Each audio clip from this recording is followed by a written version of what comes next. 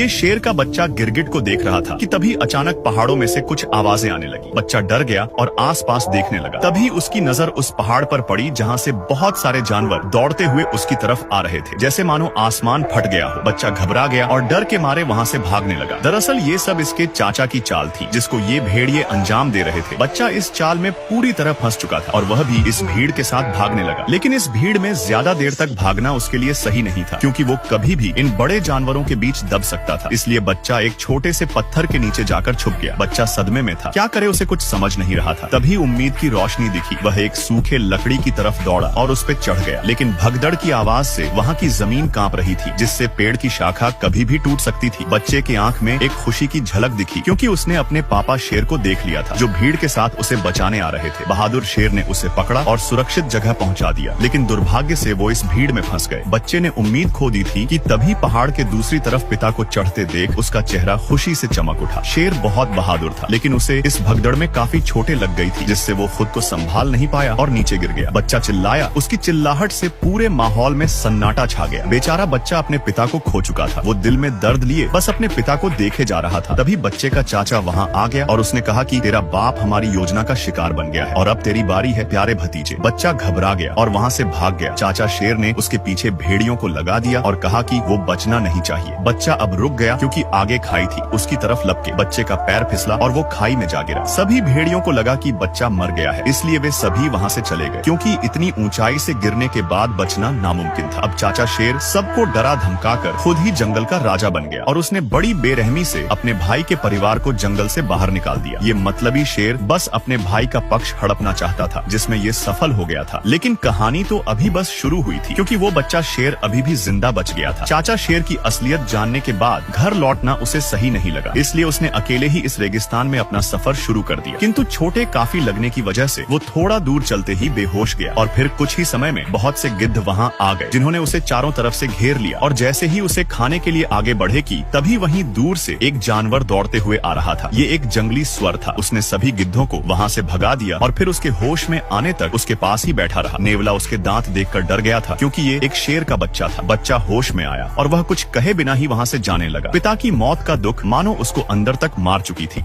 अब वो बच्चा उदास होकर यहाँ से जा रहा था। तभी नेवला और सुअर उससे बात करने की कोशिश करते हैं और बातों ही बातों में वे अच्छे दोस्त बन जाते हैं। वो दोनों उसको हौसला देते कि जिंदगी में हर कोई अपनों को खोता है, ये नियति का नियम है। लेकिन इसका मतलब ये तो नहीं कि जीना ही छोड़ दिया जाए और तुम तो एक बहादुर शेर के बेटे हो। ये सुनकर बच्चा बहुत अच्छा महसूस करता है। अब ये दोनों इसे अपने जंगल लेकर जाते हैं। जंगल को देखकर बच्चा शेर को बहुत अच्छा लगता है, लेकिन यहाँ के जानवर बच्चा शेर को देखकर हैरान थे कि ये शेर का बच्चा